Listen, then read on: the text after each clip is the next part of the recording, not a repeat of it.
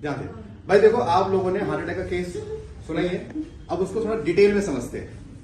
हमारा जो दिल होता है, दिल क्या करता है कि जब भी वो यहां से ब्लड अपना निकालता है एओर्टा से, हाँ कि ना, एओर्टा से ब्लड यहां से पंप करता है बॉडी की तरफ। एओर्टा से एक ब्रांच निकलती है, इसको हम क्या बोलते हैं, कोरोनरी आर्टरी कहते हैं। यानी दिल जब हमारी पूरी बॉडी को ब्लड दे रहा होता है, उसी में से वो पहले अपना पार्ट निकालता है, कोरोनरी आर्टरी, और ये कोरोनरी आर्टरी दिल के मसल्स के अंदर जाती है और उनको ब्लड सप्लाई करती है। अब सुनिए, क्योंकि बहुत पतली आर्टरी है, इसीलिए देखो हम दो तरह का फैट बाहर से कंज्यूम करते हैं। एक करते हैं एलडीएल, एक करते हैं एचडीएल, ठीक है। तो इसको बोलते हैं लो डेंसिटी लिपिड, इसको बोलते हैं हाई डेंसिटी लिपिड। अब समझ जाइए, लो डेंसिटी लिपिड की डेंसिटी काफी लो है, इस वजह से ये चिपक जाते हैं आपकी वेसल्स के अंदर। हाई वाले तो चिपकते नहीं है। तो अगर आप ऐसा फूड कंज्यूम कर रहे हैं जिसके अंदर एलडीएल वाला फैट बहुत है, तो वो क्या होगा, वो आपकी वेसल्स में जमा होगा, चिपकेगा। लेकिन जो सबसे पतली वेसल होगी, जब वहां पर जमा होगा तो सबसे ज्यादा रुकावट कहां आएगी, छोटी वेसल में आएगी। जैसे मान के चलिए कि ये होगी छोटी सी वेसल, ये होगी उससे बड़ी वेसल, ये होगी उससे बड़ी वेसल, तीनों में ही लिपिड डिपॉजिट होगा सेम अमाउंट में, ठीक है। यहां भी हुआ और यहां भी हुआ और यहां भी हुआ। मुझे बताइए ज्यादा प्रॉब्लम केस ए में होगी, बी में होगी या सी में होगी, ए में होगी। अब क्योंकि कोरोनरी आर्टरी आपकी पतली आर्टरी में से काउंट होती है, इसीलिए जब भी आप कोई ऐसा फैट कंज्यूम करते हैं जो डिपॉजिट हो जाता है, तो वो आपके लंग्स के कोरोनरी आर्टरी में डिपॉजिट हो रहा है। अब कोरोनरी आर्टरी में डिपॉजिट होने से क्या होता है, जो ब्लड यहां से फ्लो हो रहा होता है ना, उसको रुकावट मिलने लग जाती है। और अगर कभी ऐसा हो जाए कि एकदम से बहुत सारा ब्लड यहां से यहां भागे, एकदम से बहुत सारा ब्लड यहां से यहां भागे, तो क्या होता है, ये रप्चर हो जाता है। ये जो इसको बोलते हैं प्लेग बोलते हैं, क्या बोलते हैं इसको, प्लेग बोलते हैं। एकदम से बहुत ज्यादा जब ब्लड यहां से जाएगा तो प्लेग रप्चर होगा। जैसे ही रप्चर होगा तब यहां पर क्या होगा, इसके रप्चर होने से यहाँ पे जो ब्लड यहां से ट्रेवल कर रहा होता है, वो यहीं पर ही उसके ब्लड के सेल्स क्या कर जाते हैं, डिपॉजिट होना। क्योंकि एरिया बहुत छोटा हो गया, एरिया छोटा होने की वजह से अब ब्लड यहां पर जमने लग जाता है।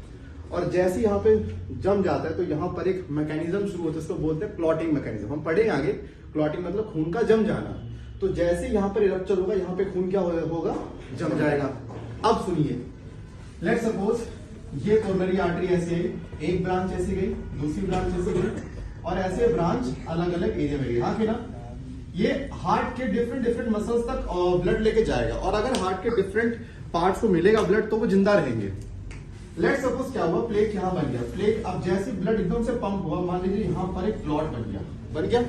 इसका मतलब क्या हुआ, ब्लड यहां पर आ रहा है, लेकिन इस वाले पार्ट में आगे नहीं जा पा रहा, बाकी सब में जा रहा है, लेकिन यहां पर आगे जा नहीं पा रहा। तो जितने पार्ट तक ये ब्लड सप्लाई करता है, क्या वहां ब्लड मिलेगा। अब वहां ब्लड नहीं मिलेगा तो आप जानते हो वहां पर क्या होगा, एनारोबिक रेस्पिरेशन, मालूम है ना। और हमारे इंसानों में कैसा होता है, लैक्टिक एसिड फर्मेंटेशन। तो इतने एरिया में क्या बनेगा, और लैक्टिक एसिड से क्या होता है, फिर पेन होता है। तो जिस भी पर्सन को हार्ट अटैक आना का रीजन क्या होता है, एकदम से ब्लड बहुत तेजी से भागने लगता है, बहुत तेजी से भागता है, इतना तेजी से भागता है कि जो उसमें ये प्लेग होती है, ये रप्चर हो जाते हैं, रप्चर होती है, वहां पर सारा ब्लड जम जाता है। और जमते के साथ ही क्या होता है कि आगे ब्लड जाना बंद हो गया, ब्लड जाना बंद हो गया तो उस पार्ट में अब एयर होगी नहीं, तो वहां पर चलेगा लैक्टिक एसिड फर्मेंटेशन से पेन बहुत ज्यादा क्रिएट होगा। बट क्योंकि ये एक छोटे से मतलब बिल्कुल एंड पार्ट में जाके क्लॉट बना है, इसलिए इसको बोलेगा minor heart attack. Minor heart attack major कब होता है, मान के चलिए यहां पर हो जाए तो क्या होगा, अब पूरे हार्ट को नहीं मिलेगा, this is major heart attack. तो इसीलिए कहते हैं कि भाई जब भी किसी को हार्ट अटैक आए तो आप 2-3 काम तो इंस्टेंट करिए। पहला काम को क्या करना है, अपने घर में ना एस्पिरिन रखिए। एस्पिरिन क्या करता है, ब्लड को थिन कर देता है, और जब ब्लड थिक होता है तो उसको डिफिकल्टी होती है ना पास होने में, लेकिन थिन ब्लड को पास होने में डिफिकल्टी नहीं होती, तो वो आसानी से ब्लड को यहाँ पे निकाल देगा, ब्लड आपका जमेगा नहीं। दूसरा एक काम करिए, ये मैंने हाल ही में देखा था, उसका काफी ज्यादा मैंने चेक किया तो बहुत सही रीजन था उसका, कि जब भी आपको लगे किसी को एकदम से आगे हार्ट अटैक आने वाला है, उसको आप ऐसे बिठाइए, दोनों ऐसे पैर नीचे करके, उसके दोनों घुटने कान की छाती के पास आने चाहिए, और बॉडी पूरी ऐसी पैक होनी चाहिए। उसको एक काम करें, अदरक लीजिए, आधा अदरक टुकड़े में काटिए, उसको अदरक चबाने को बोलिए, और जब तक चबाता है जब तक कि आंखों से आंसू आना चालू ना हो जाए, क्योंकि उससे फिर रिलीज होता है हमारी बॉडी में नाइट्रस ऑक्साइड, और नाइट्रस ऑक्साइड वेसल्स को एक्सपेंड करने में काफी ज्यादा रोल अदा करते हैं। तीसरा काम कर सकते हैं, सीपीआर दे सकते हैं। सीपीआर देना कोई बड़ा ऐसा नहीं है, बहुत इजी काम है। हाथ कैसे पकड़ना है, इसको ऐसे रखना है, मतलब नॉट ऐसे, इसको लेके ऐसे पूरा बंद कर दो, पूरा बंद हो गया, ये हो गया। और यहां पर आपको लगातार फास्ट विदाउट एनी डिले, लगातार फास्ट आपको ऐसे यहां पे जर्क देना होता है, क्योंकि जब ब्लॉकेज हो जाती है तो आपका हार्ट काम करना बंद कर देता है। अब अगर आप हार्ट को लगातार इसे बाहर सिग्नल दोगे तो अगर लगातार पंप करते रहने से क्या होगा, हार्ट हमारा ब्लड स्टिल बॉडी के पार्ट्स को दे रहा होगा, ऑर्गन जिंदा रहेंगे। अब लगातार देने से क्या होता है, हमारे हार्ट के अंदर एक सिग्नल चाहिए होता है, वो सिग्नल जैसे ही आ गया हार्ट दोबारा से जिंदा हो जाता है। तो ये केस हमें करना होता है सीपीआर का, दूसरा ये अदरक वाला, तीसरा एस्पिरिन का। और कभी भी हार्ट अटैक आए, साइन आप जानते हो, बहुत तेजी से पेन होगा, पर्सन को पसीना आएगा, ठीक है, और थोड़ी सी गर्माहट भी लगेगी, सब हिंट होते हैं इस चीज के। जनरली होता कि इनको हार्ट अटैक जनरली ना उनको होता है जिनका लाइफस्टाइल ही ऐसा है, जो बाहर का बहुत तला गला खाते हैं, बहुत ज्यादा खाते हैं।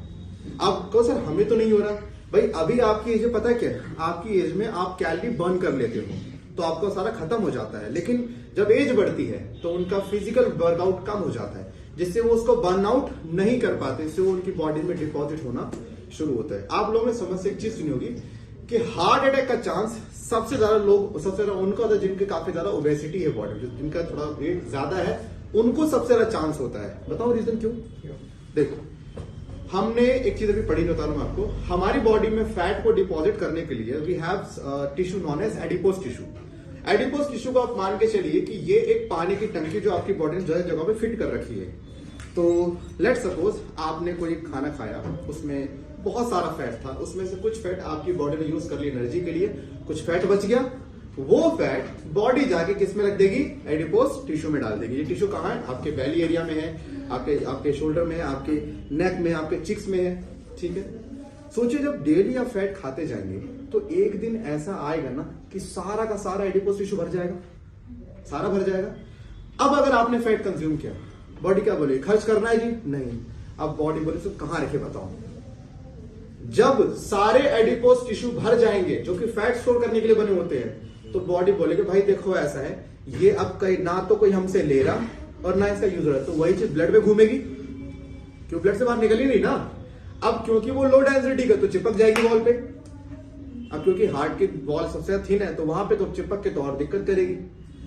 तो इसीलिए जो लोग जिनका वेट ओवर वेट है उनके केस में उनको हार्ट अटैक चांस इसलिए ज्यादा होता है।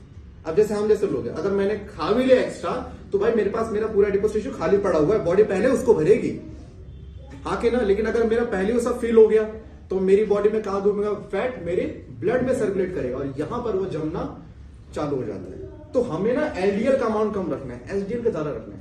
एचडीएल जैसे कि आपको बादाम वगैरह से अच्छा मिल जाता है, ये एचडीएल को पता है गुड फैट बोलते हैं, गुड कोलेस्ट्रॉल। क्यों?